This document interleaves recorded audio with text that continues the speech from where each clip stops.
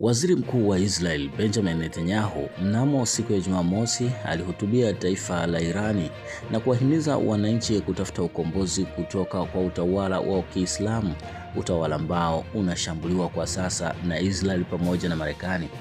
Kwa kumnukuu, Benjamin Netanyahu alisema kuwa kuhusu kitakachofuata nchini Irani, tuna mpango uliopangwa vizuri kabisa na kuna mambo mengi ya kushangaza mtayashuhudia, alisema Benjamin Netanyahu katika ujumbe wake wa video.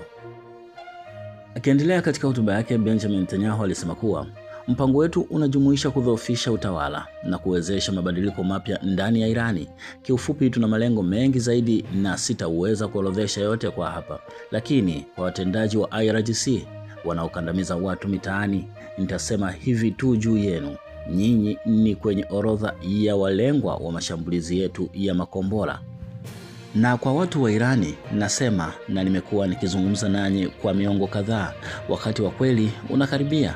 Hatuombi kugawanyika kwa Irani na hatutafuti kuligawa taifa la Irani, bali kwa pamoja tunahitaji kuwakomboa, lakini mwishowe ukombozi huu utategemea wewe mwananchi wa Irani kushiriki moja kwa moja. Wakati huo mzozo wa Irani dhidi ya Marekani na Israel ukiendelea, takribani watu 4 wameuawa kutokana na mashambulizi ya Israeli yaliyofanyika katika ghorofa moja katikati mwa jiji la Beirut katika hoteli ya Ramada, huku Israeli ikisema kwamba ililenga makamanda wa Irani wanaohudumu katika mji mkuu wa Lebanon, yaani Beirut.